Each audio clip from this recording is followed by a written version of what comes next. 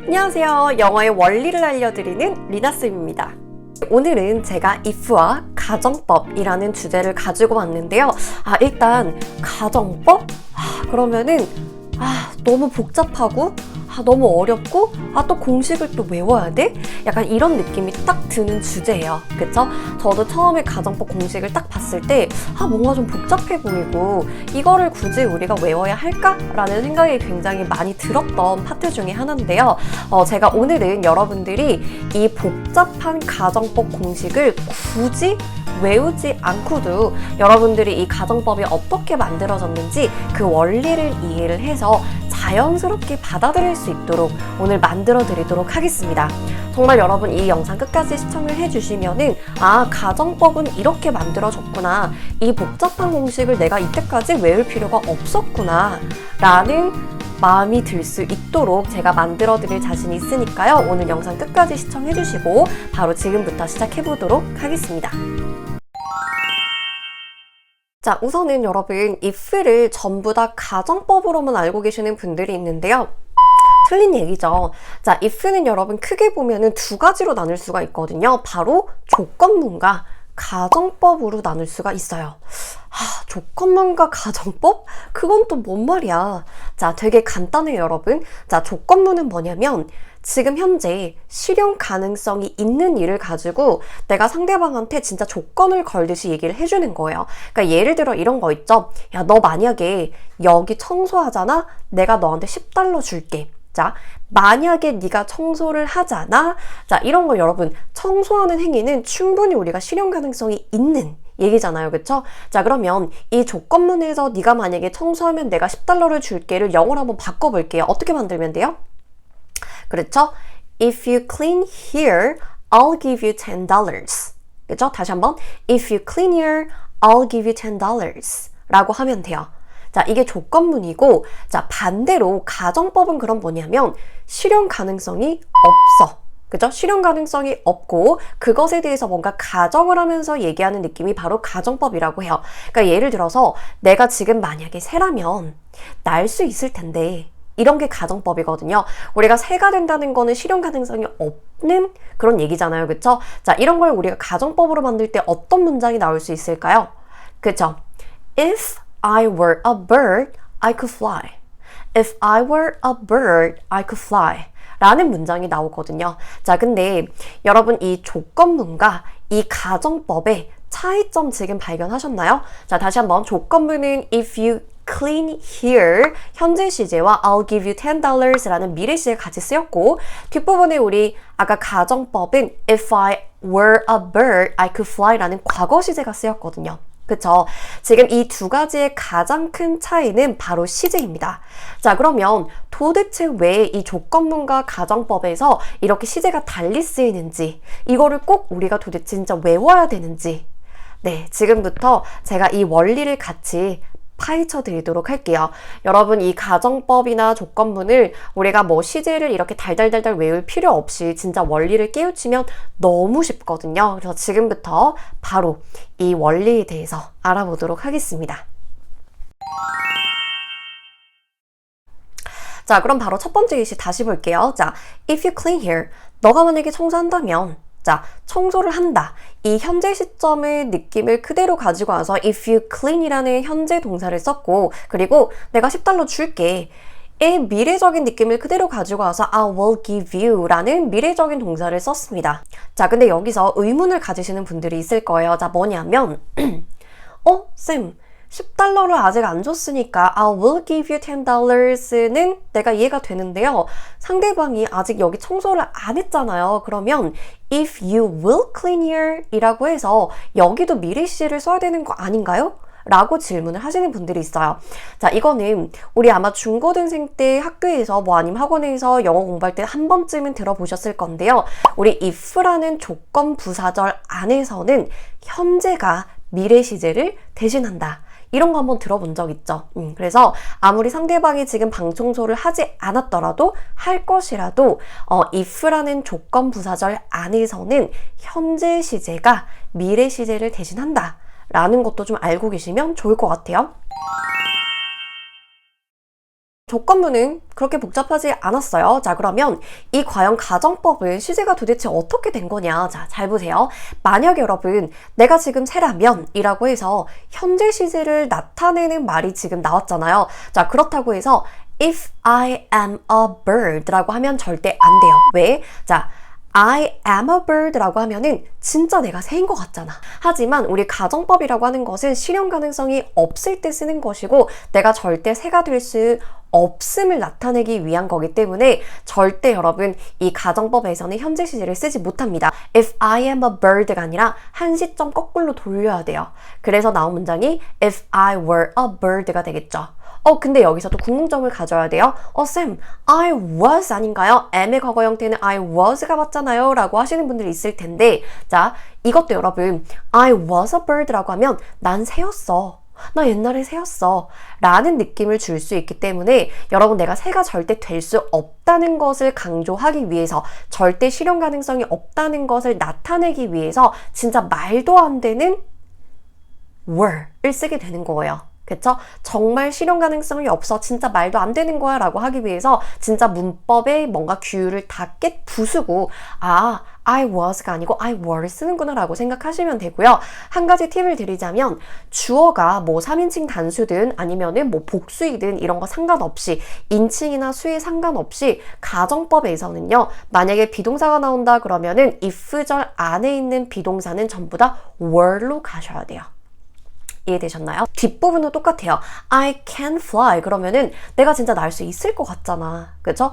그래서 내가 날 수 없음을 강조하기 위해서 일부러 한 시점 돌리는 거예요. I could fly라고. 오케이? 자, 그리고 여러분 can이라는 조동사와 could라는 조동사에 대해서 잠깐 짚고 넘어가자면 우리 can이라는 거는 내가 진짜 이거를 해낼 수 있어. 나 이거 할 수 있어. 이런 느낌이 굉장히 강한 조동사고요. could라는 거를 그냥 can의 과거 형태 이렇게만 알고 계시는 분들이 있는데요. could는 우리 총 3가지 용법이 있어요. 일단 첫 번째는 여러분이 잘 알고 계시는 can의 과거 형태는 맞고 그리고 두 번째는 정중함을 나타낼 때도 쓰이죠. 그래서 can you open the door 말고 could you open the door 이라고 했을 때 문 좀 열어주시겠습니까? 라는 뭔가 정중한 느낌. 그리고 이 세 번째가 굉장히 중요한데요. 이 could라는 건 여러분 행위 발생 가능성 0%를 나타낼 때 또 쓰이기도 해요. 그래서 이게 가정법에서 우리가 I can fly가 아니라 I could fly를 썼다는 것은 이 내가 정말 날 수 없다라는 거, 그쵸? 이 0%를 나타내기 위한 거다라고 생각해 주시면 되고요. 우리 또 의미에 따라서 would라는 조동사나 might라는 조동사도 역시 가정법에서 굉장히 많이 쓰이는데요. 얘네들도 역시나 행위 발생 가능성 0%를 나타낸다는 거를 꼭 기억해 주셔야 돼요. 자, 그럼 우리 여기서 잠깐 정리를 좀 해보고 가자면 자, If I were a bird, I could fly 라는 문장에서 우리 if절 안에 지금 동사의 시제가 뭐였죠? 그쵸? If I were 이라는 과거 시제가 쓰였잖아요. 그쵸? 이런 걸 그냥 우리가 가정법 과거라고 부릅니다. 오케이? 여러분 가정법 과거는 대단한 게 아니에요. 그냥 if절 안에 있는 동사의 시제가 과거다. 그러면 그냥 얘는 가정법 과거라고 부르면 되는 거예요. 오케이? 자, 근데 여기서 우리가 착각하면 안 되는 게 가정법 과거라고 해서 진짜 과거처럼 해석하시는 분들이 계시는데 여러분 그럼 절대 안 돼요. 가정법 과거는 그냥 if절 안에 있는 동사의 모습의 시제가 그냥 과거일 뿐이어서 가정법 과거라고 부르는 거지 정말 시점적으로 시제적으로 과거다? 그건 아니에요. 그래서 해석하실 땐 여러분 제발 If I were a bird라는 거를 내가 예전에 새였었더라면 이라고 해석을 하시는 게 아니라 내가 지금 새라면 이렇게 해석을 해야 돼요. 그리고 제가 한 가지 팁을 드리자면 원래 여러분 If I were a bird now if절 안에 이 now가 생략이 돼 있거든요. 그래서 If I were a bird now가 생략돼 있다고 생각을 해주시고 내가 지금 새라면 이렇게 해석을 하는 거예요. 아시겠죠? 그래서 가정법 과거지만 해석은 현재로 해야 한다. 다시 한번 가정법 과거지만 해석은 어떻게? 현재로 해야 한다. 이거를 꼭 여러분들이 주의 깊게 생각을 해주셔야 돼요. 자, 그럼 우리 문장 하나만 더 만들어 볼까요? 자, 예를 들어서 내가 지금 만약에 돈이 많다면 그 차를 살 텐데 로 한번 가봅시다. 네, 여러분도 한번 문장 만들어 보세요. 그렇죠? 자, 여러분 지금 내가 돈이 많이 없잖아요. 우리 돈 많이 없잖아요. 그쵸? 그러면은 if I have a lot of money를 쓰면 안 돼요. 왜? have라고 현재 시제를 써버리면 진짜 내가 돈이 많은 것처럼 들리기 때문에 이거를 가정을 하는 느낌을 주기 위해서 한 시점 거꾸로 돌려주세요. 그럼 어떻게? 그쵸? If I had가 되겠죠? If I had a lot of money 그 뒤엔 또 어떻게 하면 돼요? I will buy a car 차를 살 텐데가 아니고요. 그쵸? 살 수 없으니까 이거를 가정한다는 거를 나타내기 위해서 한 시점 거꾸로 돌립니다. 여러분 will의 과거 형태 I would buy a car 이라고 해주셔야 되겠죠? 다시 한번 If I had a lot of money I would buy a car 를 만들어주시면 돼요. 이해되셨죠? 자, 이번엔 여러분 우리가 현재에 대한 가정 말고요. 이 과거에 있었던 사실에 대한 반대되는 가정을 한번 해보도록 할 건데 이거 조금 어렵습니다. 자, 여러분이 문장 한번 먼저 만들어 보세요. 예를 들어서 내가 예전에 돈이 많이 있었더라면 그 차를 샀었을 텐데 그럼 어떻게 하면 돼요? 오케이. 자, 여기서 이제 문법적인 오류가 조금 나기 시작하는데요. 일단 이런 문장이 나와야 돼요. If I had a lot of money, I would have bought a car. 이렇게 나와야 돼요. 자, 일단은 이 원리에 대해서 다시 한번 정리를 하자면 앞부분부터 먼저 봅시다. 자, 아까 우리 현재에 대해서 반대되는 사실을 가정을 할 때는 현재보다 한 시점 뒤인 과거 시제를 썼잖아요. 그쵸? 근데 이번에는 과거에 대한 반대되는 사실을 가정을 하는 거기 때문에 과거보다 더 한 시점 뒤인 과거 완료를 써줬어요. 그래서 앞부분에 나온 게 if I had a lot of money가 되겠죠. 여기서 여러분 우리 첫 번째 헤드는 조동사 had입니다. had pp에 나타내는 그 had고요. 이 뒷부분에 있는 had가 가지고 있다라는 have의 동사의 pp 형태예요. 이해되셨죠? 자, 근데 이 뒷부분은 그럼 어떻게 된 거냐? 아까 우리 얘기했듯이 실현 가능성 0%, 제로를 나타내는 would를 일단 써긴 썼는데 자, 뒷부분도 쌤 그럼 역시나 과거에 대한 반대되는 사실을 가정하는 거기 때문에 앞부분처럼 had pp를 써야 맞는 게 아닌가요? 이렇게 질문하는 분들이 꽤 많아요. 그쵸? 자, 근데 이게 어떻게 된 거냐면 우리가 기본적으로 알고 있는 원칙 있죠? 조동사 뒤에는 뭘 써야 된다? 그렇지. 동사 원형을 써야 한다. 이거는 우리 누구나 알고 있잖아요. 그쵸? 그거를 접목을 하시면 돼요. 그래서 원래는 여러분 뒷부분들 I would had but a car 이렇게 had pp가 와줘야 되는 게 맞기는 한데 would라는 조동사의 영향을 받았기 때문에 뒷부분은 어쩔 수 없이 동사 원형인 have but a car이 온다라는 거예요. 그래서 우리가 공식처럼 외우듯이 가정법의 과거 완료는 뒷부분의 형태가 주어 플러스 조동사의 과거형 플러스 have pp 현재 완료 이렇게 외울 필요가 없다라는 거죠. 알겠죠, 여러분? 그래서 have pp가 나온 이유는 단순히 그냥 앞에처럼 원래는 have pp였지만 이 would라는 조동사의 영향을 받아서 동사 원형을 쓰게 돼서 have pp가 된 거구나. 이렇게 생각해 주시면 굉장히 편하겠죠. 네, 그러면 오늘 했었던 거 잠깐 정리를 한번 해볼까요? 자, 일단 여러분 조건문은요, 정말 실현 가능성이 있는 거를 얘기를 하는 거기 때문에 말을 할 때 있어서 그 시제의 느낌을 그대로 가지고 가요. 그래서 네가 여기 청소한다면 if you clean here, 내가 $10 줄게. 그러면은 I will give you $10 라고 해서 정말 복잡할 거 없이 말 그대로의 시제를 써주시면 돼요. 그쵸? 자, 근데 우리 가정법은 조금 달랐어요. 가정법은 정말 실현 가능성이 없음을 나타내기 위해서 일부러 내가 이 말하는 지금 시제의 느낌을 가지고 가는 게 아니고요. 일부러 한 시점 뒤로 거꾸로 돌린다고 했습니다. 그쵸? 그래서 내가 지금 현재에 대한 반대되는 거를 가정을 한다 그러면은 내가 만약에 돈이 많다면 if I have a lot of money가 아니고 if I had a lot of money 일부러 한 시점 뒤로 거꾸로 돌린 과거 시제를 썼어요. 그쵸? If I had a lot of money, 내가 그 차를 살 텐데 I will buy a car이 아니고 I would buy a car 이라고 했어요. 마지막으로 우리 가정법 과거 완료는요.